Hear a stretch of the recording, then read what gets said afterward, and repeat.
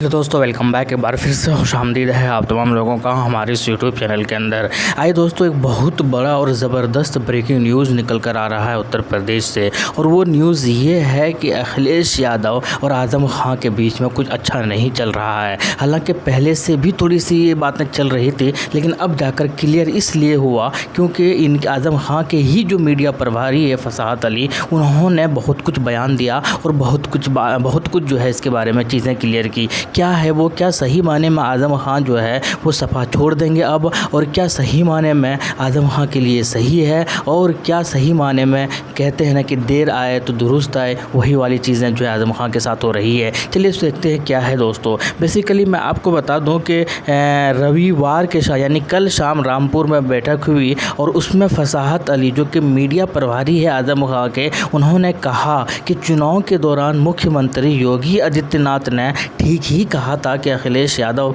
नहीं चाहते कि आज़म खां जेल से बाहर आए। फसाहत अली ने कहा कि आज़म खां के आदेश पर रामपुर ही नहीं, आसपास के कई सीटों पर मुसलमानों ने समाजवादी पार्टी को वोट किया, लेकिन हमारे राष्ट्रीय अध्यक्ष ने मुसलमानों का कोई भी पक्ष नहीं लिया। बेसिकली ये है दोस्तों कि अखिलेश यादव का जो परेशानी है उसमें कम होने का नाम नहीं ले रही है। इससे पहले उनके चाचा शिवपाल यादव जो है वो अखिलेश यादव से दूरी बना लिया था, लेकिन अब आज़म खां और उनके समर्थकों का नाराज़गी का भी सामना करना पड़ रहा है। बेसिकली सीतापुर जेल में बंद आज़म खां के करीबी और मीडिया प्रभारी और सलाहकार फसाहत अली ने अखिलेश यादव पर यह आरोप लगाया है कि उन्होंने आज़म खां के लिए ना तो संसद में और ना ही विधानसभा में आवाज़ उठाई। फसाहत अली ने इस बयान के बाद यूपी के फसाहत अली के इस बयान के बाद यूपी के जो सियासी गलियारे हैं वहाँ पर काफ़ी ज़्यादा जो है अटकलें का बाजार जो है गर्म हो गया है। कहा यह भी जा रहा है कि शिवपाल की तरह अब आज़म खां भी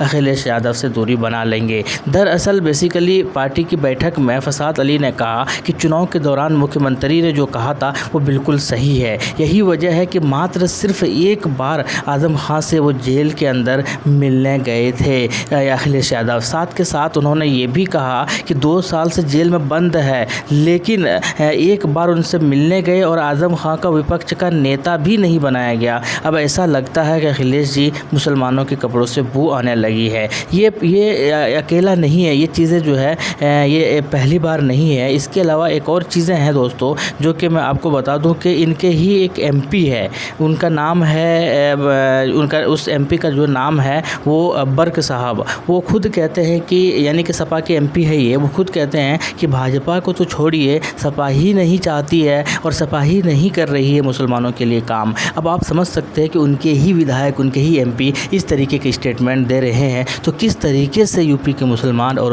उत्तर प्रदेश के जो मुस्लिम विधायक है और मुस्लिम सांसद है उनसे किस तरीके से नाराज़ चल रहे अखिलेश यादव। अब ये अटकलें लगाई जा रही है कि अगर इस तरीके की बातें हो रही है सच में, तब सही माने में आज़म खां जो है वो सपा छोड़ सकते हैं। और रीज़न भी है, सपा कहा जा रहा है कि सपा के साथ इसलिए भी थे आज़म खां के, उनको लग रहा था कि इस बार किसी भी तरीके से सपा की सरकार आ जाए तो बहुत सारी मुश्किलों का सामना जो है वो कम करना पड़े। लेकिन कुल मिलाकर यही है, अब क्या रिज़ल्ट आता है, किस तरीके की चीज़ें निकल कर आती है, तो ये तो आने वाले वक्त में ही पता चलेगा। लेकिन अगर सही माने में सपा से अलग हो जाते हैं, जो कि हमेशा एआईएम दामन फैलाकर शुरू से ही चुनाव से पहले से ही जो है वो तैयार वेलकम करने के लिए खड़े हैं कि आप आइए हमारे साथ और आप लीड कीजिए एमआईएम को उत्तर प्रदेश के अंदर, क्योंकि बहुत सारी सीटों पर जो है आज़म खां के इशारों पर ही आज़म खां के चाहने वाले जो है वोट करते हैं और सपा की जीत होती है। तो कुल मिलाकर अब ये देखना बड़ा दिलचस्प होगा कि क्या कदम उठाते हैं,